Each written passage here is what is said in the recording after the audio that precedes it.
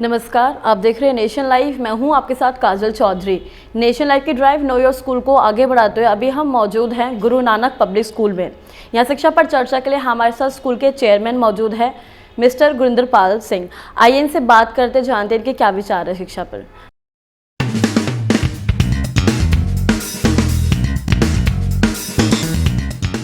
नमस्कार sir, welcome to our channel. Sir, क्योंकि हम शिक्षा पर चर्चा कर रहे हैं तो मेरा शुरुआती सवाल आपसे यही रहेगा कि आपके स्कूल के बारे में जानना चाहूँगी। जब स्कूल की स्थापना हुई थी तो क्या मन में एक विजन लेके चले थे आप? जो बेसिकली जब स्कूल की स्थापना हुई थी ना, तो ये हमारे फोर फादर्स में ये कॉलोनी का स्कूल था।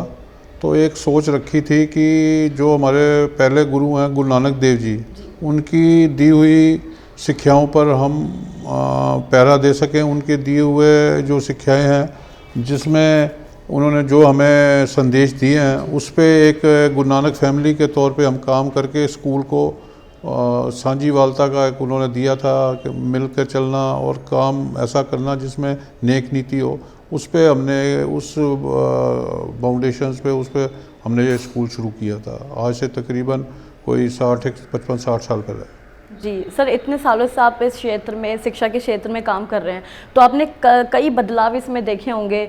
बीच में अभी हमने एक बहुत बड़ा चैलेंज फेस किया है, कोविड की वजह से पूरा एजुकेशन सिस्टम हिल गया था। तो कैसे आपने कोविड से कोप अप किया है, साथ ही अपने उन एक्सपीरियंसेस के बारे में बताइए।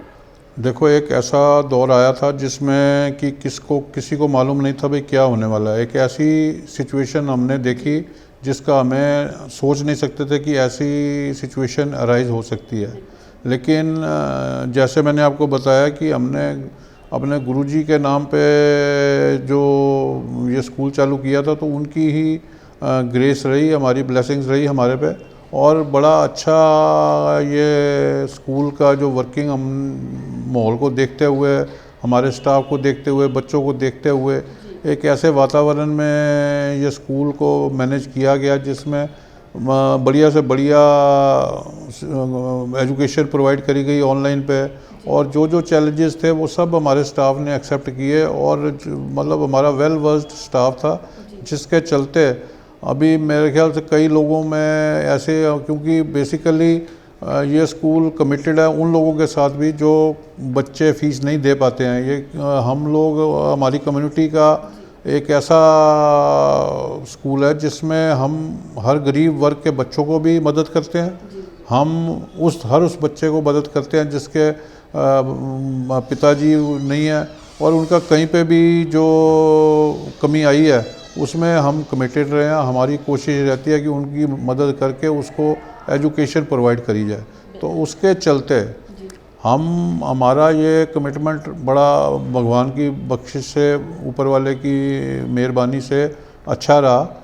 हमारे कई बच्चे जो फीस भी नहीं दे पाते थे, और उस पर उनको भी हमने एजुकेशन प्रोवाइड करी। और जिनके हालात, जैसे कि आप पता है कि सिर्फ दिल्ली में नहीं, देश में ही नहीं, ये संसार भर में एक ऐसा दौर आया जिसमें कईयों को बहुत ज़्यादा नुकसान हुए। उसके चलते हमने अपने स्कूल के फंड्स को लाते हुए, हमारे स्टाफ ने भी हमारे साथ सहयोग दिया। और उनकी जो भी कटौती वगैरह हुई सैलरी में, उन्होंने बहुत अच्छे से उसको एक्सेप्ट करके हमारा सहयोग दे के बच्चों को पूरी पढ़ाई दी। और जो भी चैलेंजेस थे, जो ऑनलाइन की सुविधा हम दे सकते थे, उसके चलते हमारे स्कूल ने अच्छे रिजल्ट दिए। और हम बड़े बढ़िया से, भगवान की कृपा से, नुकसान भी कम हुआ। और बच्चों का जो आगे था सोर्स ऑफ एजुकेशन, वो भी अच्छा चला। जी सर, वैसे तो बोला जाता है कि सारे बच्चे एक समान होते हैं, लेकिन जो टॉपर्स की बात तो हर कोई करता है। वीक स्टूडेंट्स की बात हम बोल सकते हैं कि जो बच्चे थोड़े कम होते हैं पढ़ने में, तो गुरु नानक पब्लिक स्कूल उन बच्चों पे कितना ध्यान देता है, उनकी काउंसलिंग कैसे करता है? एक्चुअली क्या है, हम ज़्यादा ध्यान वीक बच्चों पर देते हैं। हमारी ये शुरू से ही चीज़ रही है कि जो भी बच्चे वीक होते हैं उनको हम पिन पॉइंट करके उनको special education, special teachers appoint करते हैं, जो उनका अलग से ध्यान देते हैं। और ज़रूरत पड़े तो उनको अलग से एक्स्ट्रा क्लासेस भी देते हैं, जिसके चलते मतलब उनको वो नहीं फील होने देते। और डे टू डे हमारा एक जो सिस्टम है कि लेटेस्ट टेक्नोलॉजीज़ आ चुकी हैं, घर में मैसेजेस जाना, बच्चे की कहीं कमी पेशी होनी, उनको अपडेट करना पेरेंट्स को, उनके साथ प्रॉपर डिस्कशन करने के बाद में उनकी नॉलेज में लाना, और हर वो चीज़ जो बच्चे की कमी आती है वो पेरेंट्स से भी शेयर करना, और इधर पे भी अलग से एजुकेशन देना, ये हमारी पूरी कोशिश रहती है उसमें एक्स्ट्रा क्लासेस के साथ। सर आखिरी क्वेश्चन लेना चाहूँगी आपसे कि बतौर आप चेयरमैन हैं आप स्कूल के, तो आपका सफ़र कैसा रहा, उसके बारे में कुछ बताइए। देखो जी, मेरे पेरेंट्स भी इन्वॉल्व रहे हैं। अब तकरीबन 30 साल से मैं स्कूल में इन्वॉल्व हूँ। ऐसे मैंने मेंबर भी रहा, मैनेजर भी रहा, अब चेयरमैन हूँ मैं 15-17 साल से। लेकिन मैं आपको एक बात बताऊँ, ये मेरा जो व्यक्तिगत आप पूछे तो बहुत अच्छा सोर्सफुल है। मुझे खुशी होती है इस इंस्टीट्यूशन के अंदर एंटर करते ही, क्योंकि हम बखूबी अपने गुरुओं की शिक्षाओं पर पहरा दे रहे हैं। हमारे जो पिताजी वगैरह ने भी वो जो एक जब ये स्कूल संभाला था तो टेंटों में था। आज हमें बड़ी खुशी है कि इसकी शाखाएं भी बन गई हैं। एक प्रीतमपुरा में हमारी ब्रांच है, और उसके चलते यहाँ तकरीबन 2000 बच्चे हैं, और उधर भी 1350-1400 बच्चे उधर भी हैं, और हम रोज़ नए उस पर काम करते हैं उस पैरामीटर्स पे, और स्कूल को एक उस ऊंचाई तक ले जाना चाहते हैं जहाँ हमारे गुरु जी ने आगे हमारे शिक्षाएं दी हैं। सर इतना प्यार और इतना स्नेह आपको सबसे मिलता है, तो कैसा लगता है इन सबको? मैं आपको बता रहा हूँ कि मुझे अंदर आते ही ना मुझे एक अच्छी फील आती है, जिससे कि मेरे अंदर खुशी की लहर चलती है, क्योंकि एक एजुकेशन ऐसी चीज़ है जो कि कल बच्चों को हम देखते हैं कि ये कल का फ्यूचर है, और हमारी सोच उस जगह पर जाती है। कल कोई जज बनता है, कोई ऊपर वाली स्टेजेस पे जाता है, तो उसके चलते हमारे अंदर एक बहुत अच्छा फीलिंग आती है, जिसके चलते हमारे जो हमें खुशी मिलती है कि हम अपने पिताजी के दिए हुए संस्कारों पे, अपने माता पिता के दिए हुए संस्कारों पे चल रहे हैं। और हमने एक स्पेशल स्कूल भी एक चालू किया है, जो स्पेशली जो डिसेबल्ड बच्चे होते हैं, एक असीस के नाम से इसकी ही हमने ब्रांच बनाई है, जिसके अंदर हमने मतलब जो मेंटली थोड़े से वीक हो जाते हैं, थोड़ा सा उनको डिसेबल्ड हो जाते हैं, उनके लिए अच्छी शिक्षा दे रहे हैं। तो मतलब ऐसे कर्म करके हमें लगता है कि हमारा आना थोड़ा सा वर्थवाइल हो जाता है यहाँ पे आकर। ठीक है, धन्यवाद sir, thank you so much हमसे जुड़ने के लिए, हमारे ऑडियंस के साथ बनने के लिए। अभी हम बैठे हैं गुरु नानक पब्लिक स्कूल के प्रिंसिपल के साथ, मिसेस रीमा पुंज जी के साथ। आइए इनसे बात करते हैं, इनके विचारों के बारे में आपको बताते हैं। नमस्कार ma'am, welcome to our channel. नमस्कार मैम, आपको कब लगा कि आपको एजुकेशन फील्ड में जाना चाहिए और इसमें अपना ही करियर चुनना चाहिए इसको? देखिए, मेरी जर्नी एजुकेशन फील्ड में तकरीबन 35 साल पुरानी है जी। और पहले मैंने शुरुआत की बतौर एक टीचर के प्राइमरी लेवल, फिर सीनियर सेकेंडरी, और फिर आर्मी स्कूल्स में मैंने ज़्यादातर जॉब की, क्योंकि मेरी फैमिली आर्मी से ही है। और उसके बाद जब मैं दिल्ली 2006 में आई तो मुझे पहले लगा कि अब थोड़ा सा टीचिंग से दूर जाना चाहिए, तो मैंने कॉर्पोरेट वर्ल्ड ज्वाइन किया as manager patient care services, एक बहुत ही नामी हॉस्पिटल में।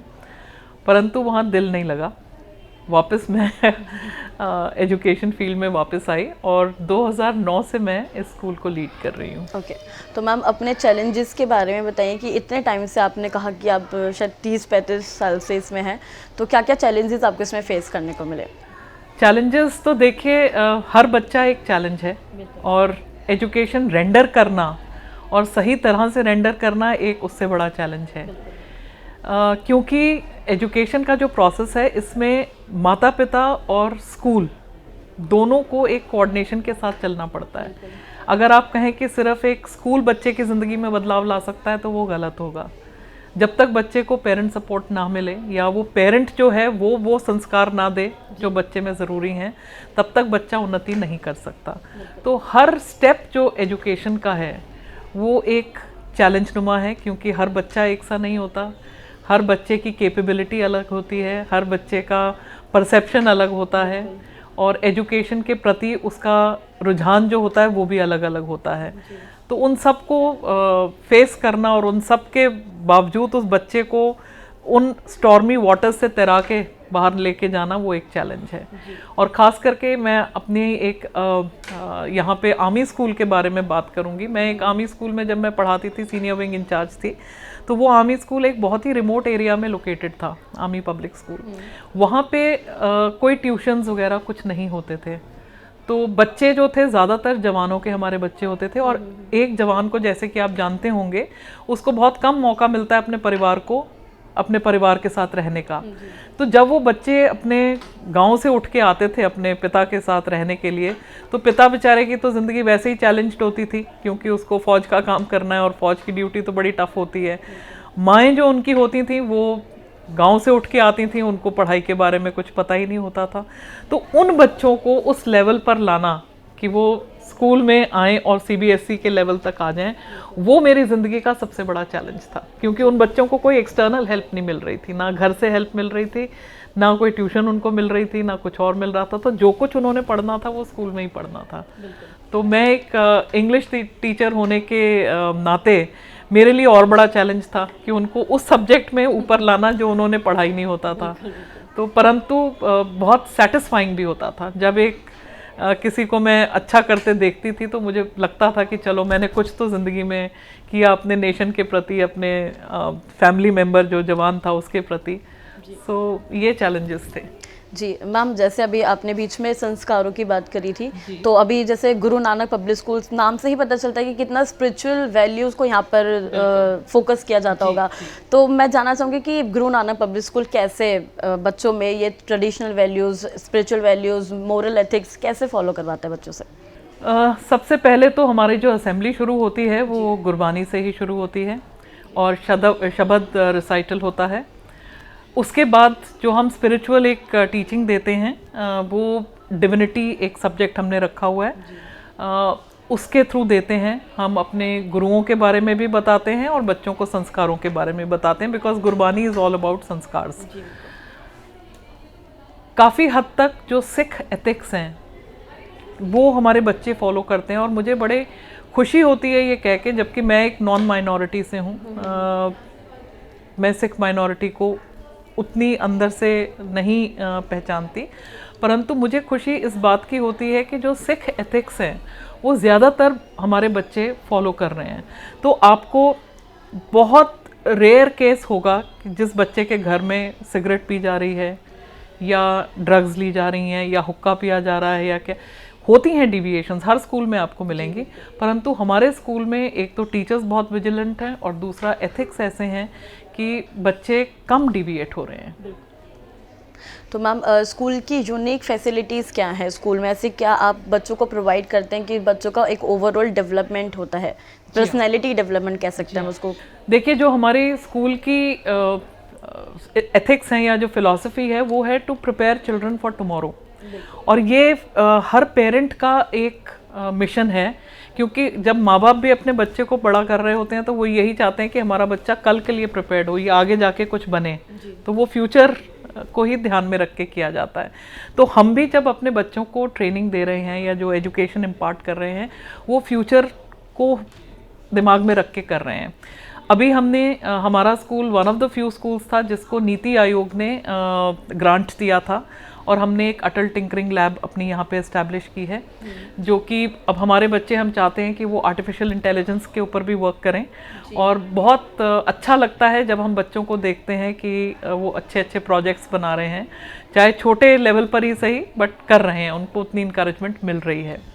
दूसरा हमारा एक इनिशिएटिव है जो हमने रियलाइज़ किया था आज से 4-5 साल पहले, कि बहुत से बच्चे जो हैं वो मेंटल हेल्थ के इश्यूज से ग्रस्त हैं, जैसे डिसलेक्सिक हैं या स्लो लर्नर्स हैं या क्या। तो ऑफ कोर्स हर स्कूल आजकल इंक्लूसिव एजुकेशन में बिलीव करता है, वो क्लासरूम्स में जाते थे, फिर हमारे पास कुछ ऐसे बच्चे आने लगे जो कि इंक्लूसिव सेटअप में एडजस्ट नहीं कर पा रहे थे।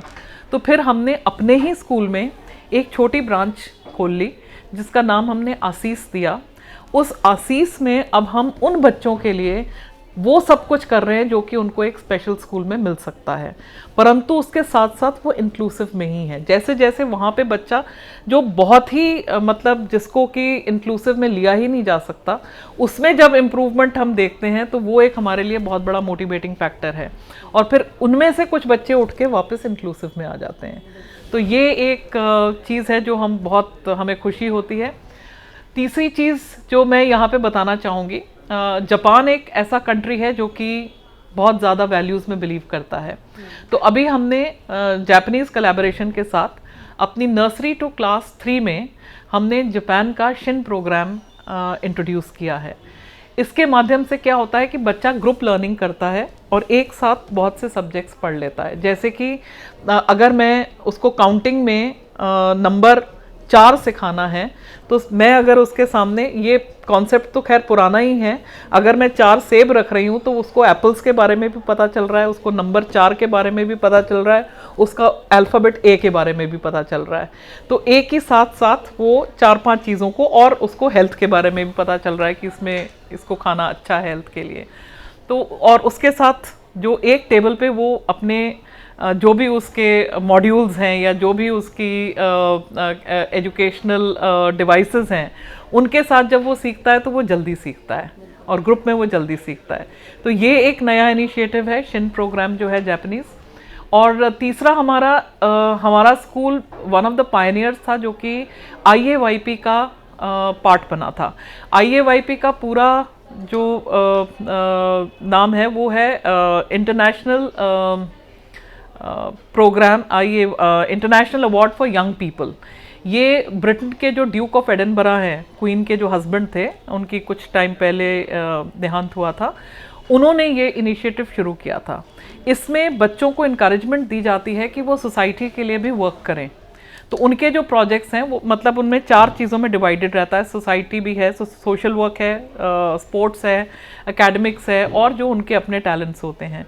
तो इसमें हमारे बच्चे, और ये पूरी दुनिया में इसको क्रेडिट पॉइंट्स मिलते हैं IAYP के जो स्टूडेंट्स होते हैं। तो वो प्रोग्राम हमारे यहाँ बहुत सक्सेसफुली चल रहा है, और हमारे मेरे ख्याल 4-5 बच्चों को गोल्ड अवार्ड्स मिले थे पिछली बार IAYP के माध्यम से। इसके अलावा हमारा स्कूल को अब तो ब्रिटिश काउंसिल ने इंटरनेशनल स्कूल अवार्ड जो है उसका कॉन्सेप्ट थोड़ा डिफरेंट कर दिया है, पर 3 कंसेक्यूटिव ईयर्स में हमारे स्कूल को इंटरनेशनल स्कूल अवार्ड मिला था ब्रिटिश काउंसिल की तरफ से। तो हमारे तकरीबन 12-13 टीचर्स एक्सचेंज प्रोग्राम में इंग्लैंड जाके पढ़ा के आए हैं, और वहाँ की टीचर्स ने यहाँ पढ़ाया है। तो वो एक बहुत अच्छा कॉन्सेप्ट था। फिर मैं बहुत लकी थी कि मुझे यूकेरी का प्रोग्राम लीड करने को मिला था। यूकेरी था UK India educational research initiative. तो उसमें जो मेरा रिसर्च टॉपिक था वो पॉजिटिव लर्निंग के ऊपर ही था, और क्योंकि ये गुरु नानक देव जी के नाम पे स्कूल है, तो ऑब्वियसली हमारी जो स्पिरिचुअल एक इंक्लिनेशन है वो रहती ही है।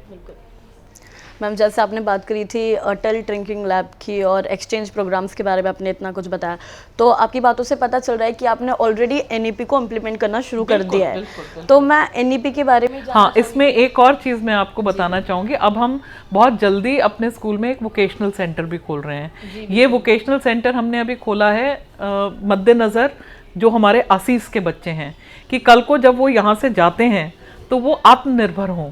जी, आत्मनिर्भर भारत का समय है, तो हम चाहते हैं हर बच्चा आत्मनिर्भर हो, चाहे उसमें कैपेबिलिटी है या ना, कम से कम अपनी रोटी वो बाइज्जत खा सके।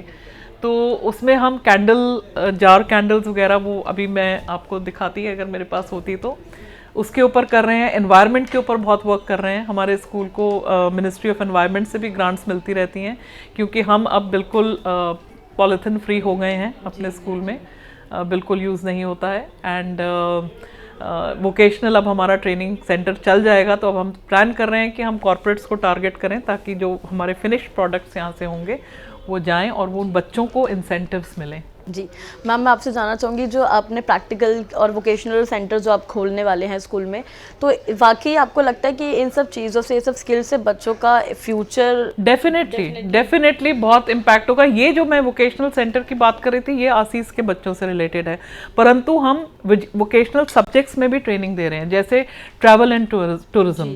अब टूरिज्म इंडस्ट्री जैसे जैसे बढ़ेगी, आपको उतना ही टिकटिंग के लिए स्किल्स चाहिए, आपको उतने ही रिजर्वेशंस के लिए स्किल चाहिए। तो उन बच्चों को उस चीज़ में हम ट्रेन कर रहे हैं कि उनको वो जॉब्स मिल जाएं, कंप्यूटर स्किल्स हैं उतने आ जाएं कि हर जगह हर महकमे में आजकल कंप्यूटर ट्रेनिंग ज़रूरी है। तो ये 2-3 सब्जेक्ट्स हैं vocational subjects, health and nutrition है, उसमें हम अपने बच्चों को ट्रेन कर रहे हैं। जो हमारे 3 वोकेशनल सब्जेक्ट्स अभी चल रहे हैं वो है एक ICT, एक है ट्रैवल एंड टूरिज्म और दूसरा है हेल्थ एंड न्यूट्रिशन। तो इन 3 वोकेशनल सब्जेक्ट्स में भी हमारे पास बहुत से बच्चे आ रहे हैं। अब जो बच्चे थोड़े से स्लो लर्नर्स हैं या जो मैथ्स और साइंस को पूरी तरह से नहीं कर पाते हैं तो उनके लिए एक बहुत अच्छी अपॉर्चुनिटी है कि वो CBSE भी पास कर जाएं और वो केपेबल हो जाएं कि वो आगे चल के अपनी वोकेशंस को आगे ले जाएं और आत्मनिर्भर हो जाएं। बिल्कुल मैम, अगला क्वेश्चन मैं लेना चाहूँगी कि पूरे स्कूल का डेकोरम और एक डिसिप्लिन जो होता है उसको आप कैसे मैनेज करती हैं? अभी बतौर प्रिंसिपल हैं तो एक इंटरेक्शन कैसा है आपके स्टूडेंट्स के साथ? देखिए सिर्फ एक वो है ना कि सिर्फ डांट और फटकार से आजकल काम नहीं चलता है। आपको बहुत सी बार एम्पैथेटिक भी होना पड़ता है और सिंपैथेटिक भी होना पड़ता है, क्योंकि हर बच्चा आजकल के टाइम में अपने घर से ऑलरेडी बहुत स्ट्रेस लेके आ रहा है। उसके माँ बाप के बीच में स्ट्रेस हो सकती है, उसके माँ बाप के उसके घर में फाइनेंशियल स्ट्रेस हो सकती है, इकोनॉमिक स्ट्रेस हो सकती है, फिजिकल स्ट्रेस हो सकती है, बहुत कुछ हेल्थ स्ट्रेस हो सकती है। तो जब वो यहाँ बच्चा आता है हमारे पास तो मेरी ये कोशिश रहती है कि मैं हर टीचर को यही कहती हूँ कि बच्चे को हैप्पीनेस दो, वो बच्चा हमसे कतराए नहीं। क्योंकि अगर बच्चा वो घर से आ रहा है एक ब्रेक लेने के लिए स्कूल में तो वो उसको एक प्लेजेंट चेंज मिले। ऐसे ना हो कि वो यहाँ से भी लताड़ा जाए और घर से भी लताड़ा जाए, तो वो बच्चा ऐसा कहाँ जाएगा, वो डिप्रेशन का ही मरीज होगा। तो यही एक चीज़ है और मैंने ये नोटिस किया है कि जब आप बच्चे को एक प्यार से ट्रीट करते हैं तो वो बच्चा डेफिनेटली ओन अप भी कर लेता है अगर कोई गलती करता है और सुधारता भी है अपने आप को। पर इनकरेजमेंट तो उसको चाहिए थोड़ी बहुत। बिल्कुल मैम, लास्ट क्वेश्चन लेना चाहूँगी मैम आपसे कि आपके हिसाब से स्कूलिंग का क्या गोल होना चाहिए? स्कूलिंग का अगर मेरे हिसाब से आप पूछते हो तो स्कूलिंग का गोल होना चाहिए to make them good human beings and capable human beings. मेरा एक पर्सनल मिशन है आजकल लाइफ में और वो है स्ट्रे एनिमल्स की सेवा करना। मैं पर्सनली बहुत स्ट्रे एनिमल्स की सेवा करती हूँ। मैंने तकरीबन 70-80 डॉग्स को अडॉप्ट किया हुआ है जिनको एक मील प्रोवाइड करती हूँ। तो मेरा मिशन यही रहता है कि जब एक बच्चा अपने एनवायरनमेंट की केयर करेगा, उस एनवायरनमेंट में सब कुछ है, पेड़ पौधे भी हैं और जानवर भी हैं, हम उनको अपने आप से काट नहीं सकते। हम ये नहीं कह सकते कि ये यहाँ पे कुत्ता है तो इसको भगाओ, इसको खाना मत दो, या ये गाय है तो इसको मार के हटा दो। हमने उनके साथ ही ग्रो करना है। और जब कंपैशन हमारे दिल में, हमारे बच्चों के दिल में इन जानवरों के प्रति आएगा तो कंपैशन पेरेंट्स के प्रति भी आएगा और वही बच्चे होंगे जो अपने आगे चल के पेरेंट्स की भी रिस्पेक्ट करेंगे, क्योंकि उनको लाइफ की रिस्पेक्ट होगी। तो सबसे पहले इम्पॉर्टेंट चीज़ यही है कि वो किसी भी लाइफ, कोई भी हो, चाहे वो एक कीड़ा हो या एक जानवर हो या एक ह्यूमन बीइंग हो, उस लाइफ को वो रिस्पेक्ट करे। तो स्कूल का एम यही होना चाहिए कि एक केपेबल बट एक ऑनेस्ट ह्यूमन बीइंग को वो खड़ा करे। Thank you so much ma'am हमारे साथ जुड़ने के लिए, हमारे ऑडियंस के साथ बनने के लिए। तो ये थी principle of Guru Nanak school और हमने चेयरमैन से भी बात करी, इनके जो विचार थे शिक्षा पर हमने आप तक पहुंचाए। ऐसे ही और अन्य शिक्षा से जुड़े लोगों की बात हम आप तक लाते रहेंगे। देखने के लिए बने रहे हमारे साथ नेशन लाइव। धन्यवाद।